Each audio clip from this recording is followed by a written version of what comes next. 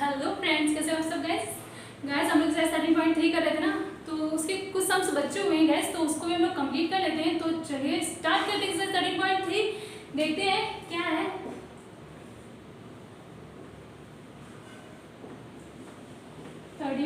ठीक है, थोड़े सम्स बचे हुए हैं, उनको भी देख लेते हैं फटाफट।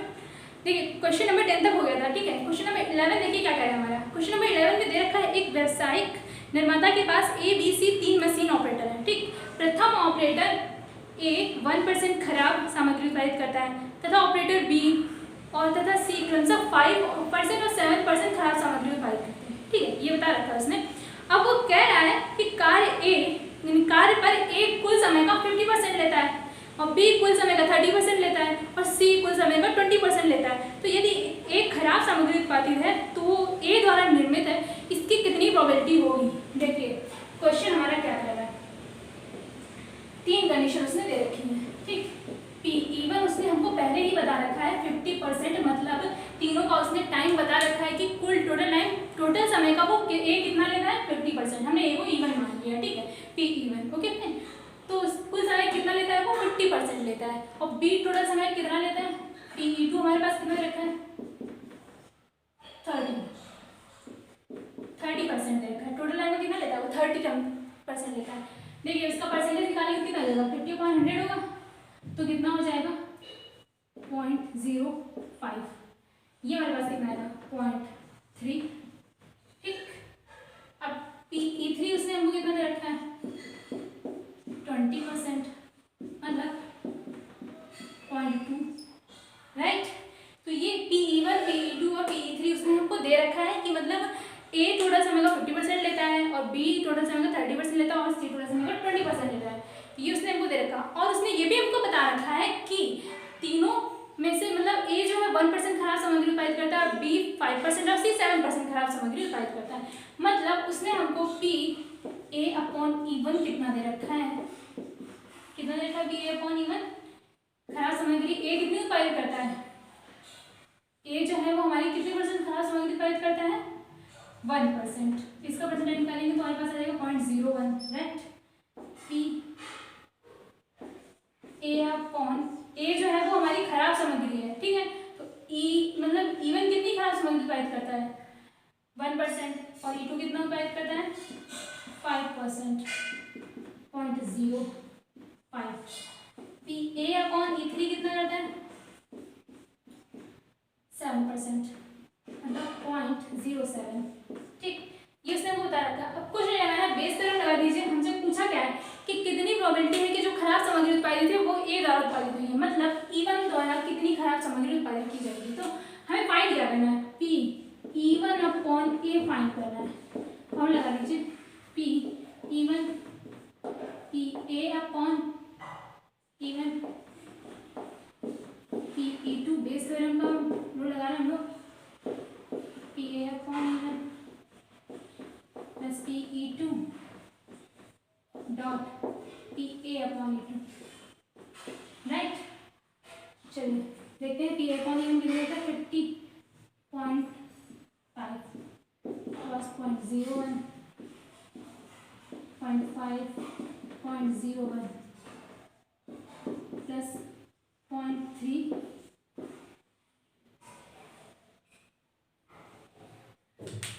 एक सेकेंड गाइस, प्लस का PE3 भी तो होगा PA/E3। राइट, अब रखिए वैल्यू कितना जाएगा 0.5 cross 0.01 0.5 cross 0.01 plus 0.3 cross 0.05 plus 0.2 cross 0.07। अब इसका मल्टीप्लाई कराएंगे तो 0.005 15 प्लस का 0.014। इसको ऐड करेंगे आएगा 0.05 अपॉन 0.034, चला जाएगा आएगा 5/34। तो PE1/A कितना मिला हम लोगों को 5/34। राइट, तो ये क्या था हमारा क्वेश्चन नंबर 11 हमें क्या पूछ रहा था कि जो हमारा सामग्री खराब उत्पादित हुई है वो कितनी प्रोबेबिलिटी है कि वो ए द्वारा उत्पादित हुई होगी, है ना। तो ए मतलब हमको क्या पॉइंट करना था, पी E1 अपॉन ए। हमने ए किसको माना था, E1 E2 माने थे, घटनाएं मानी ना E1 E2। तो मतलब कितनी प्रोबेबिलिटी है कि जो मतलब जो खराब सामग्री उत्पादित हुई है वो ए द्वारा उत्पादित हुई होगी। पी E1 अपॉन ए हमें कितना दिया 5.34। ये था हमारा क्वेश्चन नंबर 11। नेक्स्ट क्वेश्चन 12 देखेंगे बुक, देखिए क्या कह रहा है क्वेश्चन नंबर 12। ये बहुत सिंपल सा था, इससे हम लोग बहुत सारे क्वेश्चन कर चुके हैं पहले, ठीक है। देखते हैं क्वेश्चन नंबर 12 हमारा क्या कह रहा है।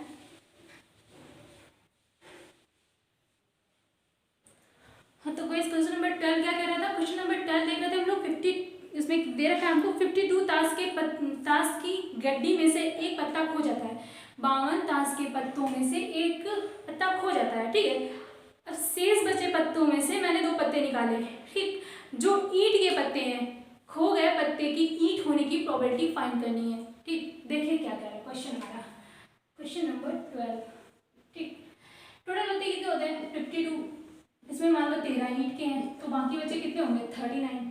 अब उसमें से कह रहा है ईंट का अगर खो जाता है तो ईंट कितने बचेंगे 12, राइट। अब उसने हमको 2 घटनाएं पैसे दे रखी, 52 ताश के पत्ते होते हैं, ठीक। उसमें से 13 कितने होंगे 13 हमारे ईंट के होंगे, तो ईंट होने की प्रोबेबिलिटी कितनी 13/52, टोटल कितने 52, तो कितना हो जाएगा 1/4, राइट। तो E1 सॉरी, ठीक। और E2 दूसरी घटना क्या है, बच्चे हुए पत्ते कितने हैं 39, तो टोटल पत्ते कितने होंगे 52, तो हो जाएगा 3/4। अब देखिए E1 और E2 तो हमें मिल गया, अब हमको क्या चाहिए PA/E1 कितना होगा। देखिए सबसे पहले क्या निकालेंगे कि जो पत्ता खोया है वो ईंट का है, ठीक। तो ईंट का पत्ता अगर खो जाएगा तो मतलब 13 पत्ते थे तो कितने बचेंगे 12 बचेंगे हमारे पास। तो जो खोया हुआ पत्ता है वो ईंट का है, तो क्या हो जाएगा 12 C2। ये जो हमारा रूल है वो कंजंक्शन के रूप में लग रहा है, ठीक है। ये हम लोग आगे पढ़ेंगे टॉपिक, उसमें आपको अच्छे समझ में आएगा, बट यहाँ पर इसका यूज होगा। और अगर एक पत्ता खो जाएगा गाइस तो कितने बचेंगे 51 बचेंगे, तो 51 C2। अब इसे हम लोग सॉल्व करेंगे, कैसे सॉल्व करेंगे 12 factorial upon 2 factorial cross 10 factorial, ठीक। ये फॉर्मूला होता है हम लोग लगाते हैं कि NC2 होता है हमारा n factorial 2 factorial cross n minus का 2 फैक्टोरियल, ये फॉर्मूला होता है, ठीक है। ये हो जाएगा 51 factorial upon 2 factorial cross 49 factorial, इसको सॉल्व करिए तो हो जाएगा 11 क्रॉस 10 फैक्टोरियल, लिख सकते हैं ना इसको, क्रॉस 10 फैक्टोरियल से 10 फैक्टोरियल कैंसिल हो जाएगा हमारा। सो करिए 51 क्रॉस 50 क्रॉस 49 फैक्टोरियल। अब देखिए 2 क्रॉस 49 कैंसिल हो जाएगा ये हमारा, कितना बचेगा हमारे पास आ जाएगा हमारे पास, ये हमारे पास जाएगा, ठीक है।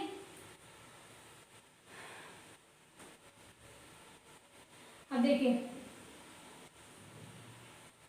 अब हमको क्या चाहिए PA/E2।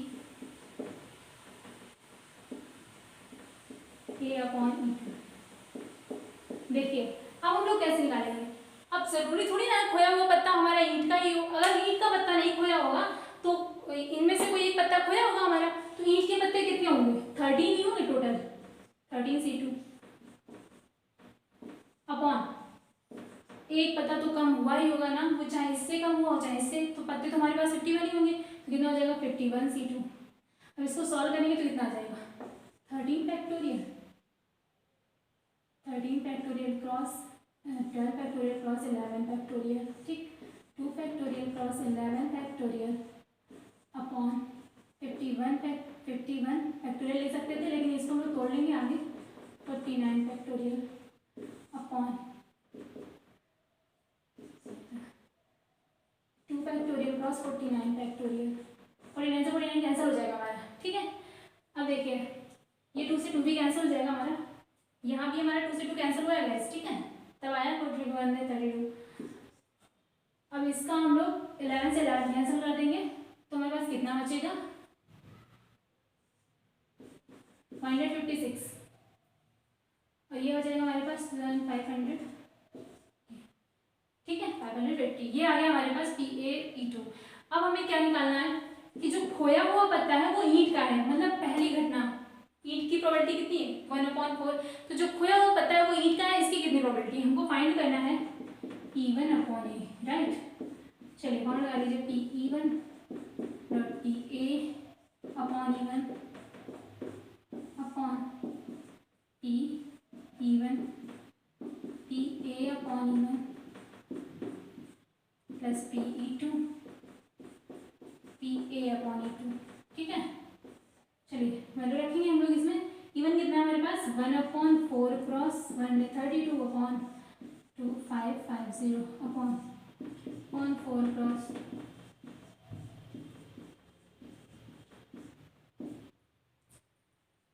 3/4 क्रॉस 156/2550। अब इसको थोड़ा सा मॉडिफाई करेंगे 132 अपॉन 2 क्रॉस 2550 अपॉन कितना हो जाएगा 132 प्लस 3 क्रॉस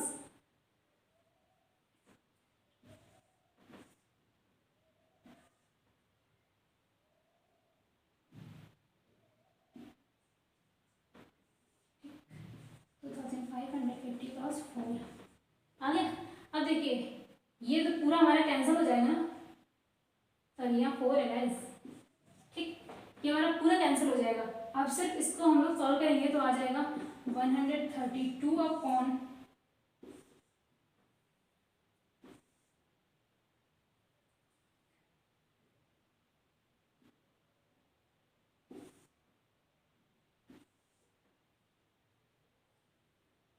कितना आया 500, ठीक है। वेट गाइस कुछ प्रॉब्लम हुई है।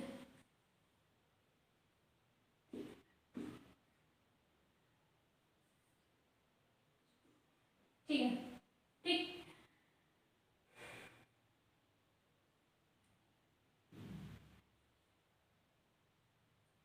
गाइस यहाँ देखिए, यहाँ हम लोग मल्टीप्लाई हम लोगों का मिस्टेक हो गई है, ठीक।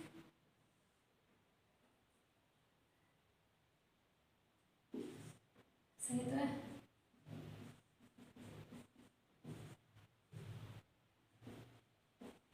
सही है गाइस, ठीक है। तो ये होगा 132। अब इसको हम लोग सॉल्व करेंगे तो कितना आ जाएगा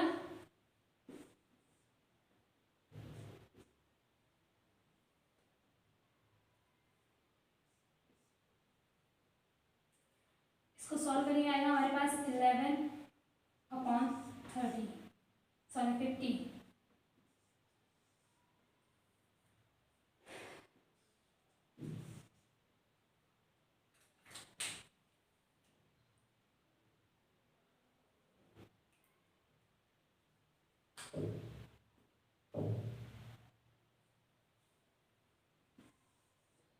अभी ठीक है गाइस। तो इसको हम लोग कट करेंगे, कितना आएगा 12 से कट करेंगे तो 11/50।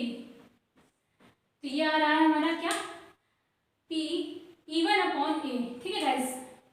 कुछ नहीं करना है, सिर्फ थोड़ी सी लैंग्वेज समझिएगा और जो लैंग्वेज कह रहा है उसी के हिसाब से चलेगा, क्वेश्चन में कुछ भी प्रॉब्लम नहीं होगी। तो हमें फाइंड क्या करना था कि जो हमारा मतलब पत्ता खोया हुआ है वो ईंट का है, इसकी कितनी प्रोबेबिलिटी है। तो खोया हुआ पत्ता ईंट का है, इसकी कितनी प्रोबेबिलिटी है 11/50, मतलब Pe1/A हमें कितना मिल रहा है 11/50। तो ये था हमारा क्वेश्चन नंबर 12 गाइस। आगे बढ़ते हैं क्वेश्चन नंबर 13। बहुत सिंपल सा है हमारा क्वेश्चन नंबर 13। देखिए क्या क्या है क्वेश्चन नंबर 13।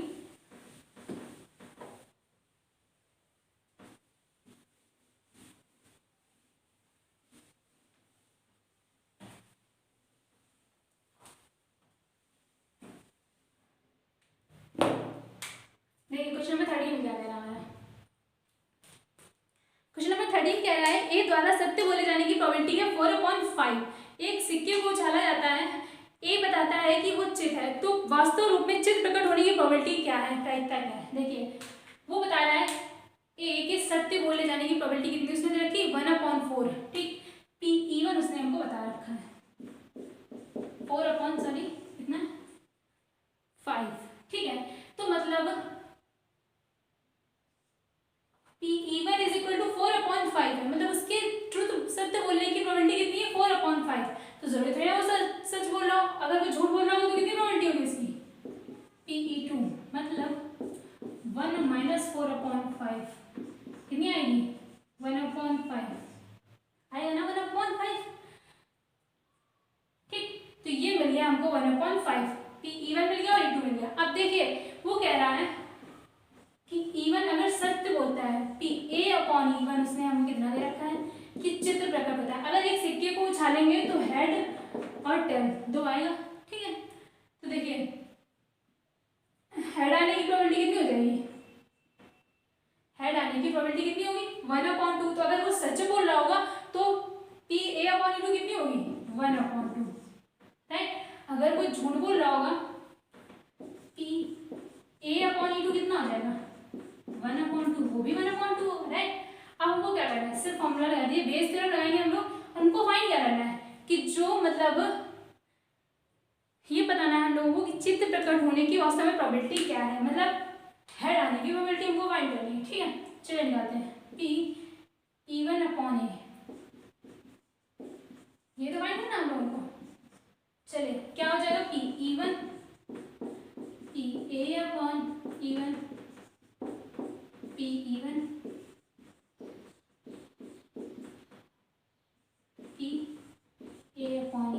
ठीक है, प्लस Pe2 PA/E2।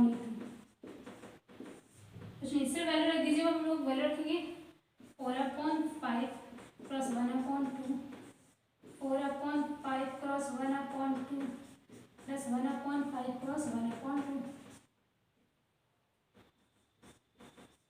ठीक, वैल्यू लगाइए, निकालिए वैल्यू 4 अपॉन कितना होगा 10। ठीक, ये हो जाएगा 4 प्लस 1 अपॉन कितना होगा 10, ये 10 से 10 कैंसिल हो जाएगा, तो आ जाएगा 4/5। तो हेड आने की प्रोबेबिलिटी क्या होगी 4/5, इसका ये ऑप्शन चाहिए होगा गाइस। ये था हमारा क्वेश्चन नंबर 13 हो गया गाइस, और 14 आप लोग को ट्राई करिएगा। अगर आपको कोई प्रॉब्लम होती है तो आप हमें कमेंट करके जरूर बताइए गाइस, ओके। तो ये हमारे साथ स्टडी पॉइंट 3 कंप्लीट हो गई है, और कोई प्रॉब्लम होती है तो कमेंट करके जरूर बताइएगा गाइस। और वीडियो अच्छा लग रहा होगा तो वीडियो को लाइक करिएगा, शेयर करिएगा, सब्सक्राइब करिएगा और कमेंट करके जरूर बताइएगा।